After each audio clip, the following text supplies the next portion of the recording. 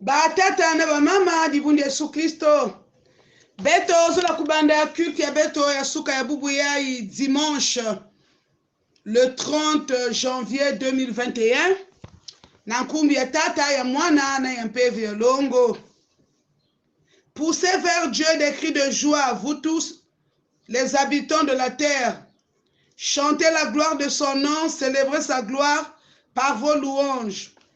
Dites à Dieu que ta manière d'agir est redoutable. À cause de la grandeur de ta force, tes ennemis te flattent. Toute la terre t'adore et chante en ton honneur. Elle chante ton nom. Que la grâce et la paix vous soient données de la part de Dieu notre Père et de Jésus-Christ notre Sauveur. Amen. Amen. Toko telema bisoban sonabo bako telema. Pe toko yemba Cantique Intitulé numéro 618. Musambi lanzabi tukote no kweto. Tubana balongo base. Tuzoleleke bila lungu kiaseto.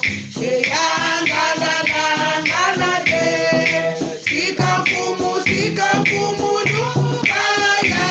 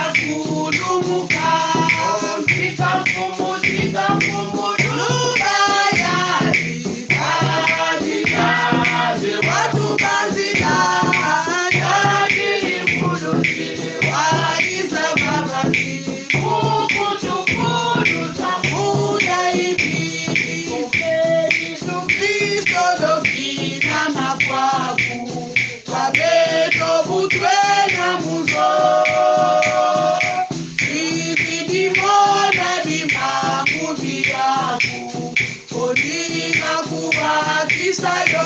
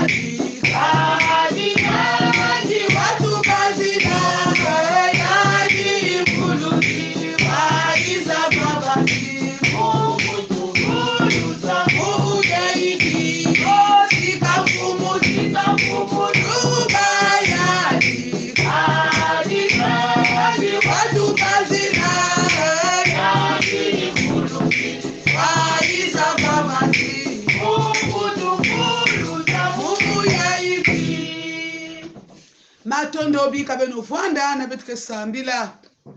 Nzambi tache betoke na mazulu. Nzambi ya zola, nzambi ya lenvo, tate yankenda. Beto zola futula nga matondo tata nzambi. Inanga mesila beto lenvo na kutala kilumbu ya lumingu. Kembo na masika bika ya futuka nange.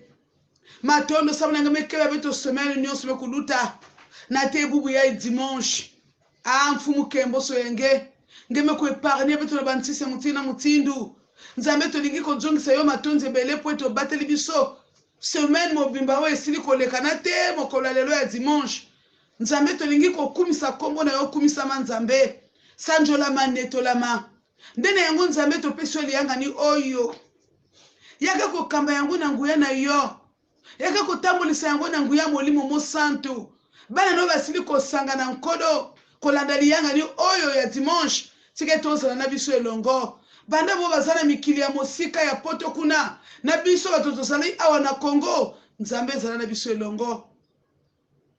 betu me yasa lukutukuna betu maboka nge tata nzambi baina kala baisi ya nzenza na betu baina kala ovana betu kintuadi yisu tuatsa lukutukuni yamba tukuna nsukunu nyonso ke salama bika ya pesa nkembo na nge ya vuanda ngimbudulu ya vuanda lusambulu ya vuanda mambo ya nzambi ya vuanda nyonso betike kusala tata nzambi bika ya pesa nkembo nzitusu na masika na nge nzambi nge bieka lukutukuni ya beto na kedika samuna tina nge nzambi ya kedika kaka ni ndungunu tia kimiana kati ya mitema ya bayo nyonso bazali kolandalianga ni oyo nzambe tolingi bobele komona nkembo na okasalianga ni oyo nkolo mimonisa na nzela ya nyonso na kombo na Yesu Masiya amen Amen.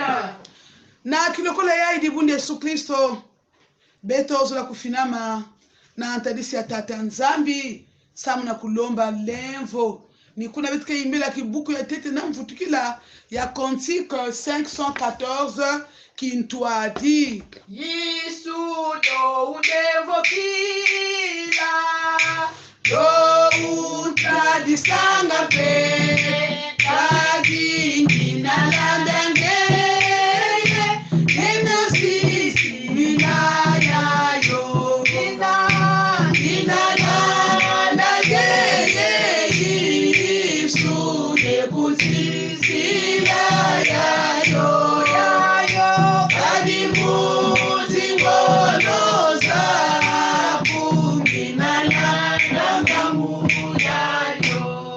Dibundu ya tata nzambi maloba na nzambe lobi ete heureux l'homme qui ne suit pas le conseil des méchants, qui ne s'arrête pas sur la voie des pécheurs et ne s'assied pas en compagnie des moqueurs, mais qui trouve son plaisir dans la loi de l'Éternel et la médite jour et nuit. Il ressemble à un arbre planté près d'un cours d'eau. Il donne son fruit en sa saison et son feuillage ne se flétrit pas. Tout ce qu'il fait lui réussit. Amen. Amen. Balinga mikati na nkolo liboso maloba na nzambe oyo. Nani akoko lobeti yako kisi mibeko ya nzambe. Maloba na nzambe lobi esengo na moto oyo alandaka nzela ya bato ya mabe te. Pe atelemaka na nzela ya bato ya masumu te. Pe avandaka elongo te na bato bacholaka baninga. Dibundi ya Yesu Kristo na ntango betika na kukitala. Nani kati na beto lenda tu batianike ya kulunga. Samula tibantangu nyonso betika na kutambula banzile ya kufonakana ve. Betika na kukwenda tonga bampangi. Makambo ezali komona na kati na biso ndi ya mabe. Liboso maloba na nzambe tikete moko na biso. Hamikitsa liboso na nzambe pona kosenga bolimbisi. Kotenge ikele nyongoloka lomba lemvo na nzambi. Tata nzambi lemfukila masumu yange nyonso. Kota na kati ya mayindu. Twendie no kweto kwa Yesu babo. Kiditwa kamba masumu mamo. Yandi nkundi abantu babo. Kadika zolele babo sono. Lemvo kasia bantu babo. Bantu babo. Bantu babo. Yandi kasira bantu babo. Lemvo waketika. Ndeto sengi na pasteur Kanaï Florent abondela ete nzambe alimbisa mabe na biso nyonso yepe bondela koto ozali. Nzambi tata beto na mazulu matondo nange fumu ya beto samo na kilokola ya kinzi yina ngeme kupesa na beto samo ti muntu na muntu tata kutalisa na siki yange masumu ya yanji yimbi ya yanji ni yao yina ngeme kutala beto jibundu yange nzambi beto mekufukama na kata batima ya beto mekukuluka samuti beto mekuzabati beto mekubebisa na banjila nyonso o nzambi ya beto tala beto kiaji tata tala beto kiaji samuti na beto mosi beto ke nunga ve na beto mosi nzambi beto ke lenda ve samuti tata masumu kele kufisa beto na banjila yimbi ena kubanjila yimbi ena kusala yimbi ni yao ina fumu ni tangu ya ngeme kupesa na beto samu titata nge kusukula beto na menga yange nge kusukula barobi ya beto ina me kubeba nzambi matondo samu tikikili nzambi ya lemvo mutimi mwana kilikili beto me kwiza tata na kuzoza na ngeti fumu lemvo kila beto lemvo kila beto lemvo kila beto matondo nzambi samu tikikili nzambi ya lemvo ekele nzambi na matangu noso singeme kulevo kila ekitalaka jaka ve yimbi ya muntu beto kena kiminu na kivuvu tinzambi ngeme kulevo kila beto imeni bika kembo na masika ya kuvutuka na ntabisi yange na kumbi ya tata na ya mwana na ya mpevi ya longo amen amen matonzebele tata nzambe asili kolimbisa biso ikuna betike kota na kuyangalala beto nyonso Yamana tatu kila fumu abi. Yamana sisa kila kulu sunate. Yalanda kembo kami kukilanga. Ewe ile na kukila. Oi sumuka sola. Kasola koya singa kumasumu. Wasuto ola mumbi dasa mati. Ewa mumbi wela kiyanga.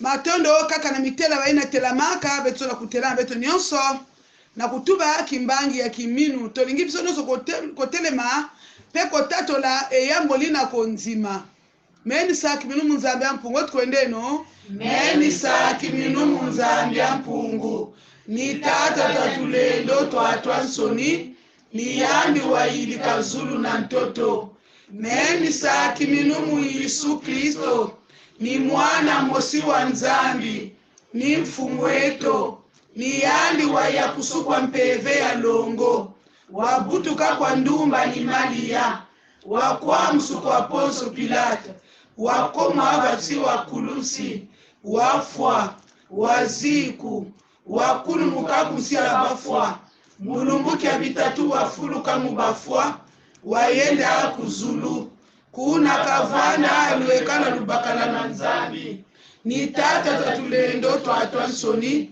tuka kuna saka vutukuiza mfundi saba moyo na bafwa meni saki minunu mpeve ya longo na mudibundu ya bana banzambi baba nsoni ni mfukani ya balongo na mungiambudulu wa masumu na mfulukulu wa bafwa na mukizingu kia makululu amen Amen.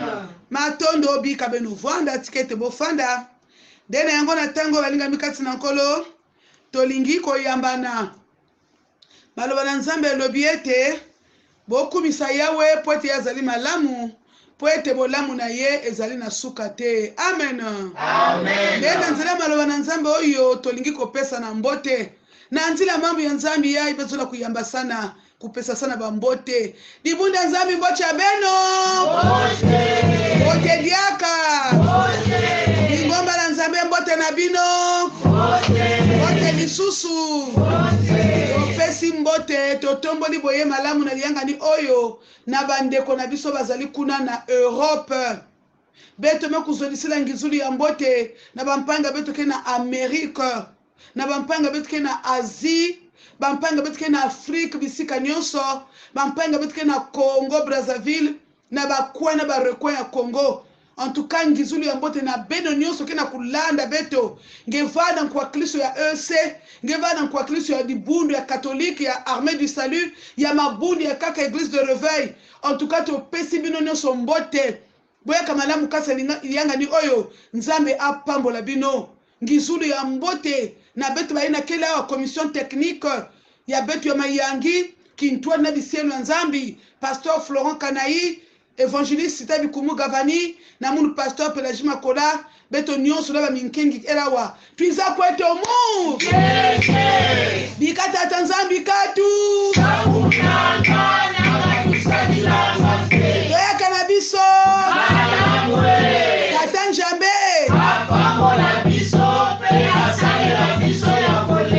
ndene yango toliko kumisa nzambe na nzila loyembo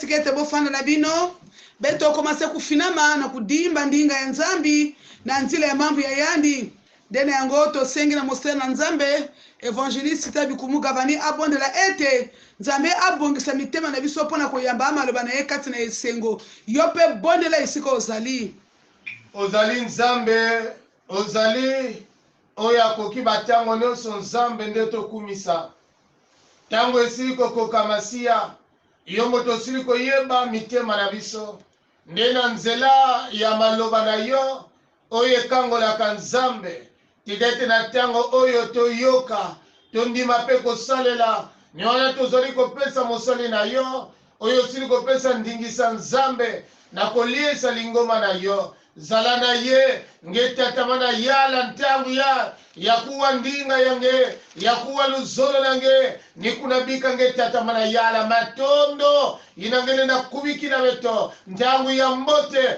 ya kuvona makulu nange na kuwa mambo ya moyo na kumu nange Yesu tumesambila amen amen tokotelema mpona koyamba amaloba na nzambe betike kuyimbila Dibundu jeti femina mutomu kakusoni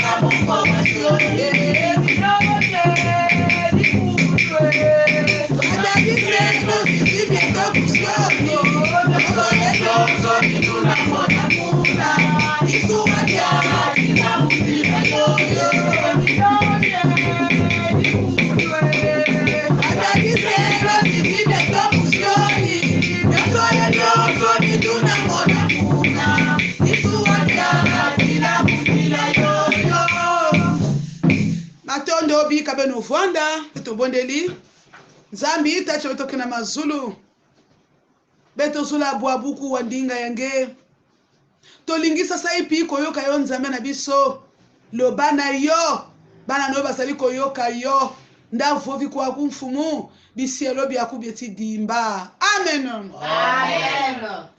Dibuna Nzambi mambo Nzambi tkelongoka na lumingi ya bubu yai na suka yai ni ina guide biblique mepesa na beto yake na mukanda ya Matthieu Matthieu 23 27 à 31 Matthieu 23 27 à 31 bi kabeto tanga mambo ya Nzambi na bandinga nyonso tatu na nkumbu ya mfume wetu Yesu Kristo kiadi na beno milongisi ya misiku pe ba pharisien beno kele bantu ya bantima zole beno kele mutindu bandiamu ina bamelenga mpemba ya uketaranaka kitoko na nganda kasina kati ya ukele ya kufuluka na mikwa ya bantu ya kufwa pena konso mutindu ya mpe na konso mutindu ya bima ya kubola. Mutindu mosi mpe beno na meso ya bantu beno ke na kulakisa ti beno kele bantu ya kudedama. Kasi na kati beno kele bantu ya bantima zole pe ya kufuluka na imbi.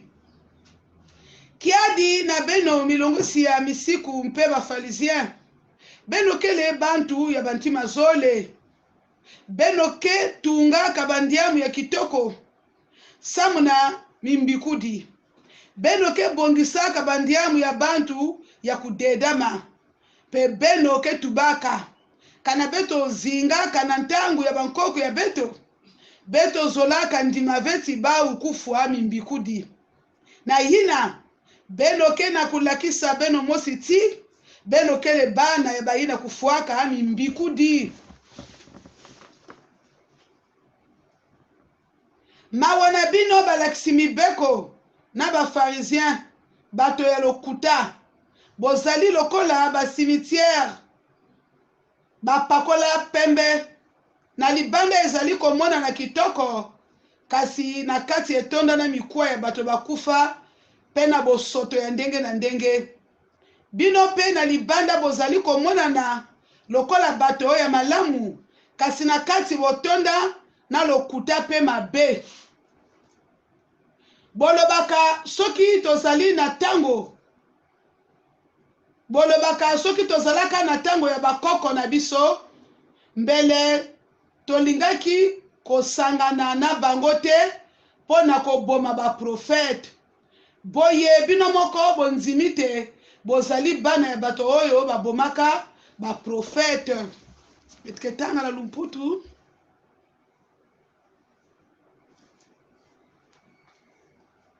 Malheur à vous, maîtres de la loi et pharisiens, hypocrites. Vous ressemblez à des tombeaux blanchis qui paraissent beaux à l'extérieur, mais qui, à l'intérieur, sont pleins d'ossements de mort et de toutes sortes de pourritures.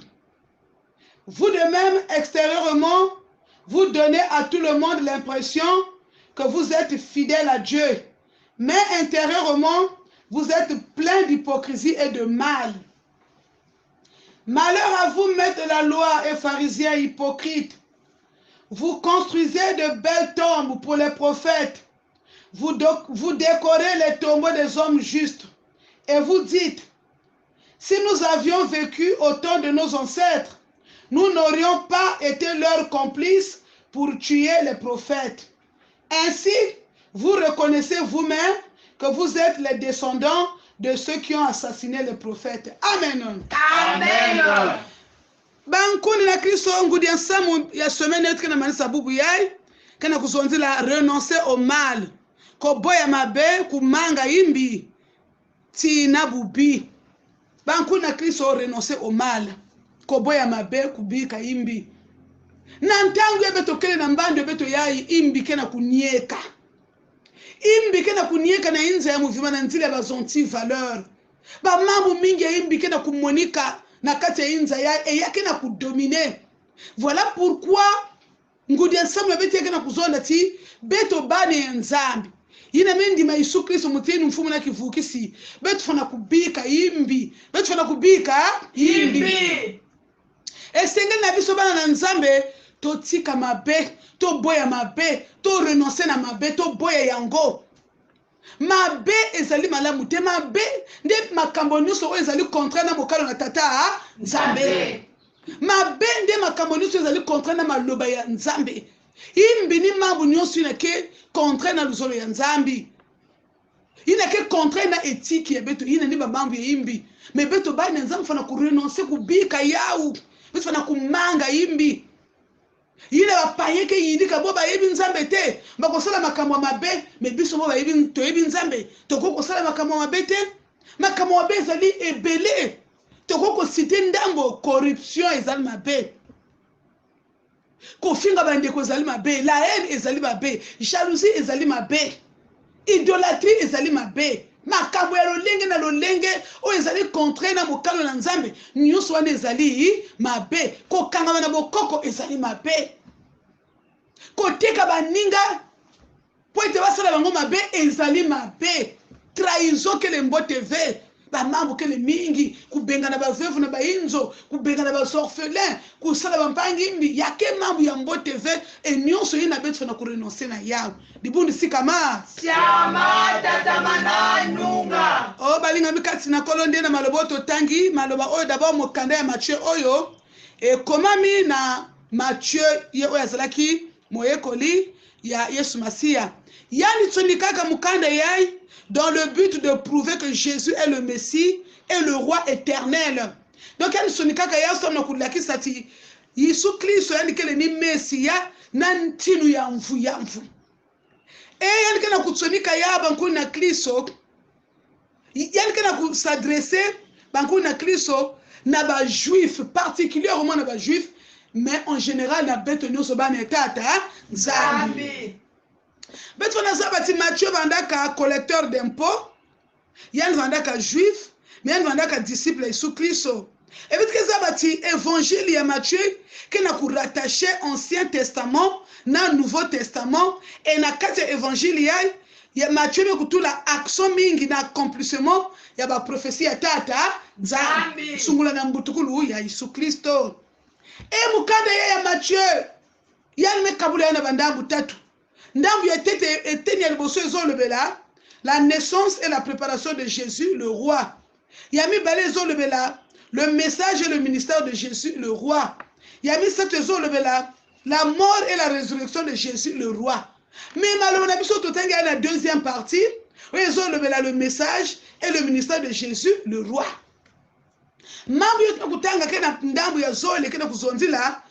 Message na ministère de Jésus Christ sinu dibundu sala sambila Sala. na kati ya message yayi na kati ya mambo ya betu kutanga betketalati na chapitre 23 yayi Yesu ke na kutula en garde ba scribe na ba pharisien. À partir du verset 13, Jésus dénonce l'hypocrisie des maîtres de la loi et des pharisiens. Donc il y a quelqu'un pour dénoncer l'hypocrisie à ba scribe na ba pharisien parce que Jésus constatait que ba vanaba nous soit hypocrite par rapport au comportement à ba.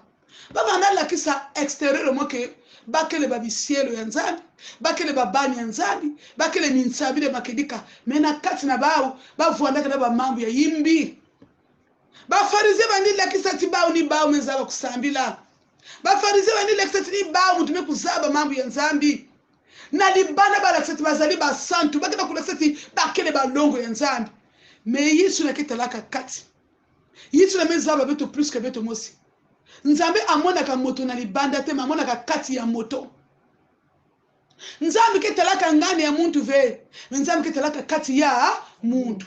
Na ngani ngene ndalakisa tingekele muntu ya mavanga ya mbote. Mena kati ngeke ngena ntima ya imbi na tatisa wampangi. Mena kati ngekele ngena mavanga ya imbi na tatisa wampangi. Mena kati ngekele muntu ya ngazi makolome fulukaka na ngena ntima kotu wapangi.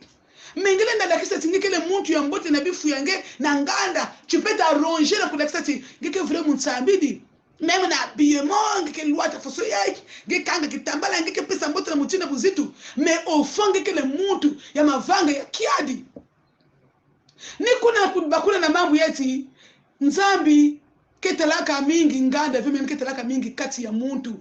Ce qui importe na kati ya kinzambi ya betu c'est l'intérieur, ce n'est pas l'extérieur. Oui, extérieurement aussi beto na kulekta vitu kile bani nzambi na mvuatuli ya beto na nkaduli ya beto na mvuanduli ya beto mais afona kukolana na pena kati ya beto na intérieur ya beto dibundu sala sambila Sala. Voilà pourquoi Yesu kena ku comparer ba pharisiens na ba tombeau blanchi parce que na tangu na banko na Kristo ba na tangu na ba juif ya voandaka kana muntu be simba tombeau alors même par inattention baka déclarer impur ya mesumuka parce que mesimba ndiamu na tango wana Jésus ba juif eleke soki moto asimbi cimetière asimbi tombeau asimbi tombe ya moto ba déclarer impur soki asimbi tombe et donc yango wana pona yeke ba tombeau ezala visible balaki kotia yango peinture ya pembe la chopote moto akoka kosala attention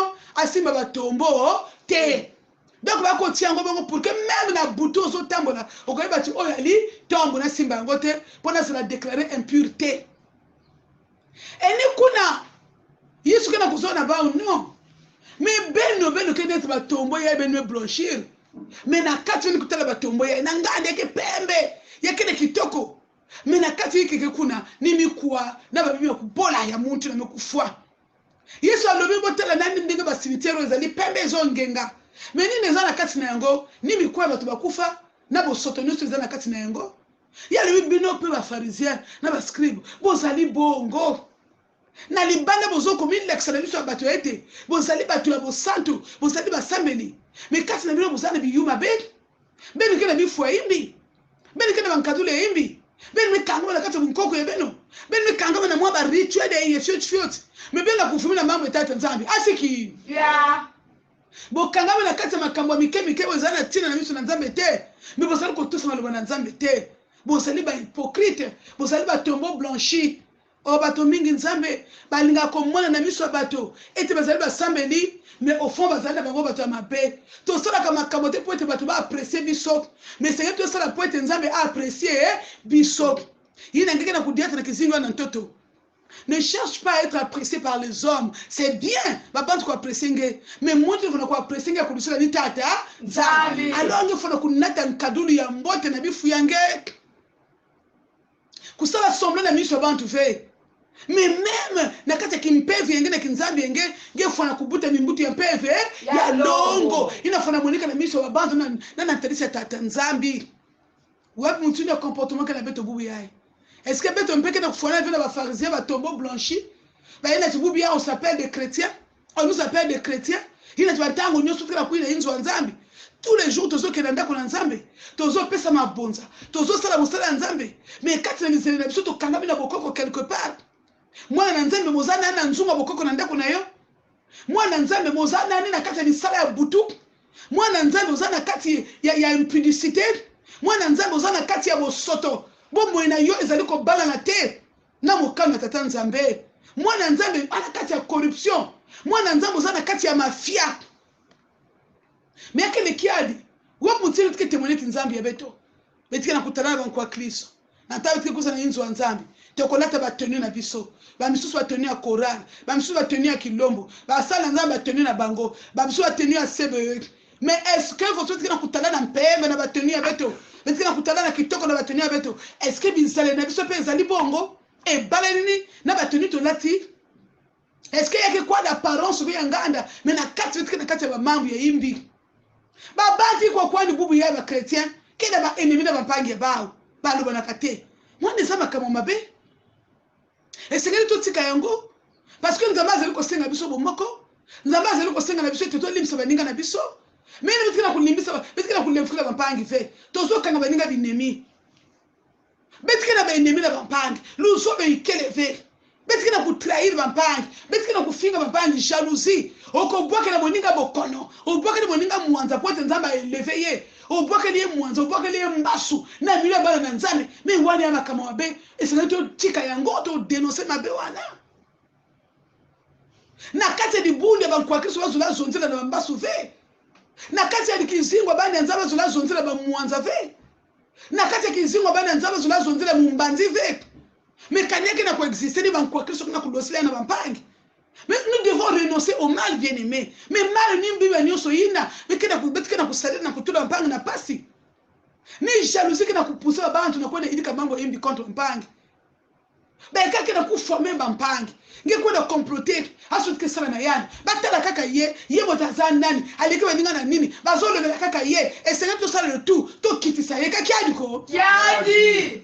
Na ba millions nyoso même les millions c'est dans to lingi moninga évoluer te to lingi moninga sala te soki asante komo ndobela mabe na ye to komo sala ba nkuku to likete akene mosika oh libunde tata nzambi nzambi sabisa beto na makedika nyoso suite ke bani nzambi meno diat beto diata mutinga luzolo tata nzambi to tika la yani na jalousie kananga me kunjima kisabu ya mpangi menzambi ke sakumuna nge mais kana beto sikela na kati la yani jalousie beto ke va pe élever ve Nzamba sunga biso na ministère yozo sala.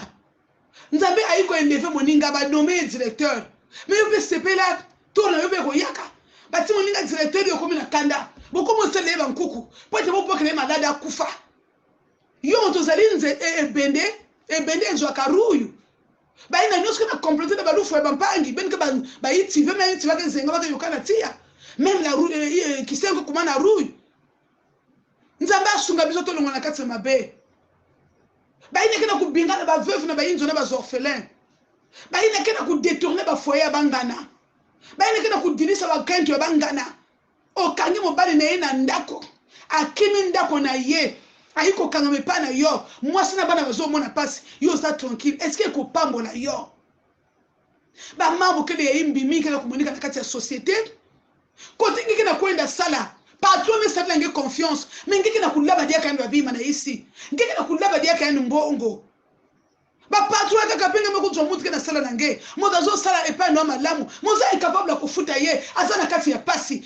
ile nuske ba mambo ya imbi moza kubika yao ndenge nini ozo tambolisa kibonzambe na yo mwana nzambe longola na mabe makambo nyonso ozotungisa bato na kati ya ndako na yo oyiko kuta mobali na bana nge mase kuamsa babani ya mbanda menge mezola bakale na babana nge zola kanda mvanda kukona ni butaka mepona no komo nyoko la bana ya mobali ba ngenge ke kipe bia bake dia bien me bana bakala nge kuzakuta na makwenda nge na torture ba esa mabetika yango nzaba ko pambola bana no ndenge ni soko zo torture bana ya muninga oyo kokuta libala oh di bunde Yesu Kristo mambo ke mingi tanke fiet mais ngamo sumezaba que chacun s'examine au travers de cette parole de Dieu montre qui tala à travers mambo yai wapi kisika imeko bwa moko na moko ami sosola ami tala na nzala maloba na nzambe oyo yo kwe sika nini mabeni ni yo ozali ko sala o nzamba zo senga na yo otika mabeni ni yo ba misu makanga baninga yani ke mwana nzambe mi alika na kata ni sali ya mpimba yani kanga ba bantu ba réussir ve ba bantu ba buta ve ba bantu ba sala ve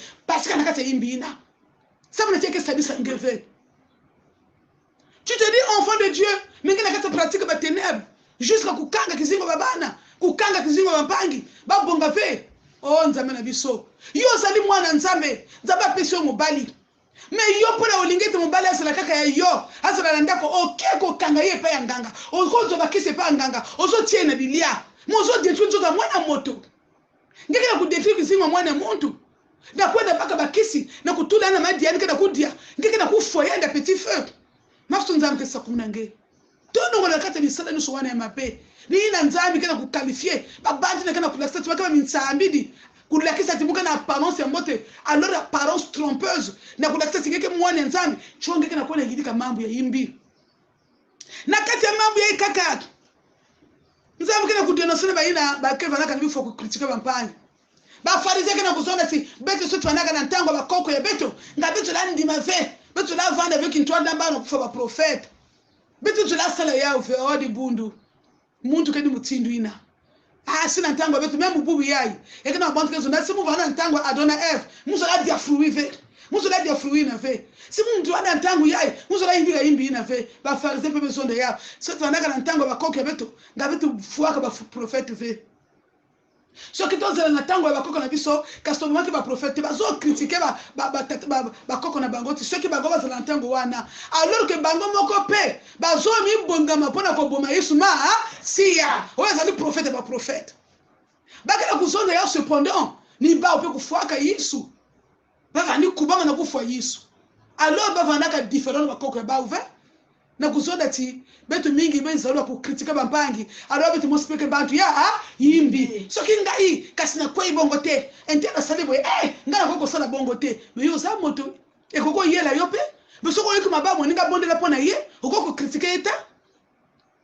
parce que ninga na critique yandi nge mo spele na kubona mambo ina beto ke kuna ka ku critique bampangi moninga kwa ina mabet olio soutenir na mabondeli okomo chole ye ngana koko sala bongo te mais ni simbi ye poni ya sali bongo ngana koko sala bongo te yeboye ve samedi la mpangi olonga zoka zingine na sala fortune ve ngeke ve mbazi ya nzambi ngeke ve ange ngeke muntu aona toto il peut arriver que ngeke sala pe mambo ya imbi singa makuwa mpangi sala imbi dila yani mvutu sala hiki dila yani mvutu meku critique yani ve moninga sali mabe bondi la pona ye ko critiquer ete pote yo posana makolobi bale anase okoko kwepela likambo oyo pe e mona nya mabe la miso bato bonde na pona ndeko beko critiquer ete mais ma bena biso bana nzambe moninga c'est l'erreur ezala mosana nzambe ezala moto ya lingomba ezala nani ekomi masolo likolo na ye ko critiquer ye ko finga ye ti soki ngai ye kasi na sali yango te o lingomba na nzambe yango wana ba pharisien soki biso tozala na tango bakoko na biso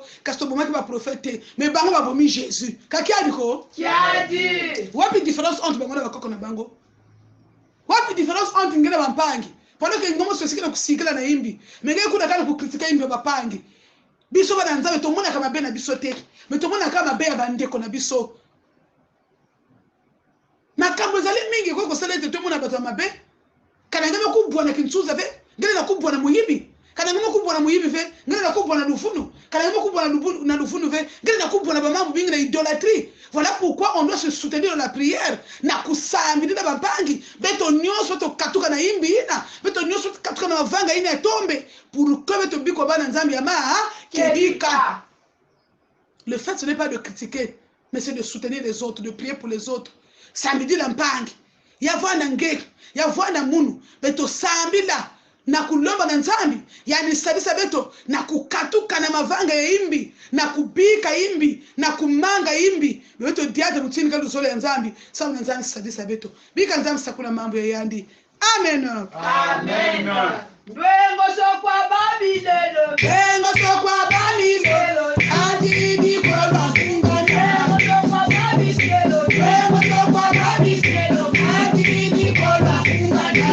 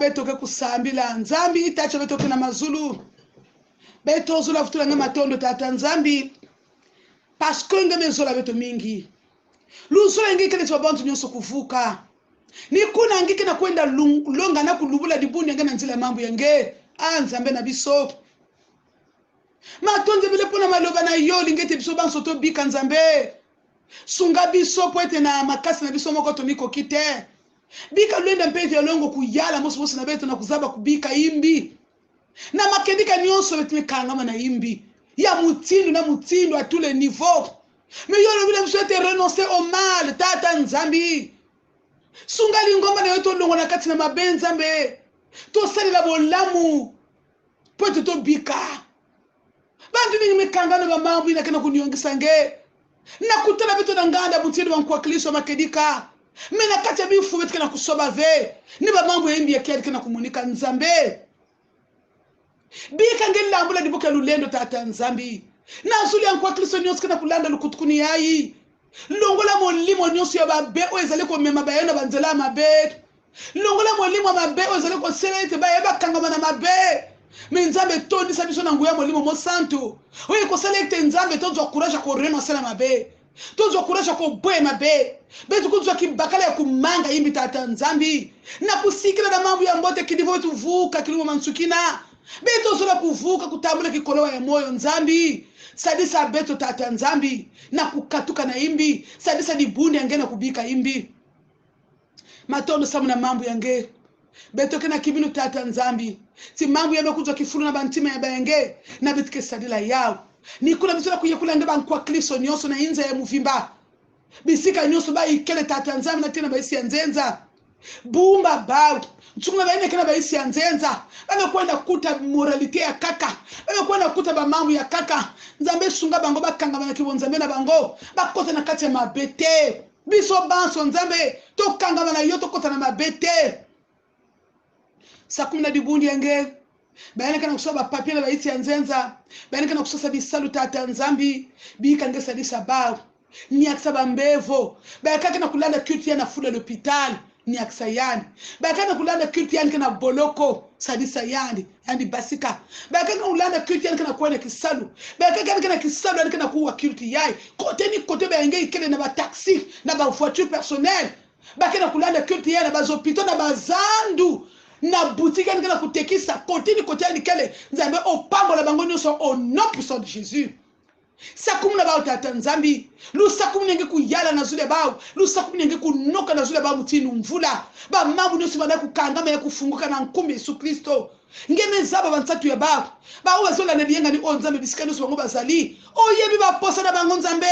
sike to fongola bango bikuke na lola o sopa mapambo lino likona na bango au nom de Jésus bayamba mapambo lino nzambe atana baboloko atana bazando atana l'hôpital ata kote ya vanti nzambe tiketo yo pambola nzambe tiketo yo bikisa fongola banzela ba voyage nabo bazonga ba voyager bakene ko continuer bas études à l'étranger nzambe tiketo yo pambola bana na biso bo bazosala campus France nzambe bazo ba visa bakende nzambe timi kulenga ba mambo nyonso sadisa boile beto Congo sungambo kana biso Congo to pesi Congo na maboko na yop yo sala mobate dia liboso kino ya suka nyonso bokese ni epamela na mboka na biso yo jo contrôle de Congo na biso nzambe yo batela ba Congo nyonso ba Congolais nyonso na mabe yo longola milimo nyonso ya mabe oyo zo kota na kati na babana pona kosala baza na ba bebe no ba kulu na ba katakata nzambe longola biso nyonso ya mabe na kati na mboka na biso sadisa inza ya mufimba katula kibevo COVID-19 na inza ya muvima na tena bwala beto Congo ngekele nzambe kununga na nyonso biaka beto nyonso na kedika samna tena nzambe kedeka ndungunu sadisa paroisse mayangi sadisa Consoir à Brazzaville 2 sadisa dibunda nsongombote na Congo na nkumbi Yesu Kristo fumu ni vulusi ya beto amen Amen. to silisi yanga na biso to lingi ko zongsa matonzi ya bele na bino banso bo sili ko landa ali yanga ni oyo bisika nyonso bosali matondo na beno nyonso melanda culture ya bisika nyonso beno ikele nzambi sakumuna beno lutisa kilumbu ya mbote Wabusamu etomeni etupamana umalebele umayangi umu etolisu kulananga unabiketi wakana bobo amen unabiketi wakana bobo amen matondo tata nzambi ngeme bana na beto ngeme sukisa na beto matondo sauna ngeme kuwa bandombolo ya beto matondo bitikana kiminu tata nzambi ngeke yidikila beto ya ngitukulu samuna nkembo ya muntu ve me samuna nkembo ya nkumbu ya ngeti bieka dibuna ngana inza ya muvimba ya kedika samuna tina nzambe kedika kanindu ngunu na nkumbi Yesu Kristo fumu ni mvuluzi ya beto. Notre Père qui es aux cieux, que ton nom soit sanctifié, que ton règne vienne, que ta volonté soit faite sur la terre comme au ciel. Donne-nous aujourd'hui notre pain de ce jour. Pardonne-nous nos offenses, comme nous pardonnons aussi à ceux qui nous ont offensés. Et ne nous laisse pas entrer en tentation, mais délivre-nous du mal. Car c'est à toi qu'appartiennent le règne, la puissance et la gloire pour des siècles des siècles. Recevez la bénédiction de Dieu. Que la grâce de notre Seigneur Jésus-Christ, l'amour de Dieu le Père et la communion bienfaisante du Saint-Esprit soient votre partage. Soyez bénis, peuple de Dieu. Amen. Amen. Bon dimanche à tout le monde. Merci.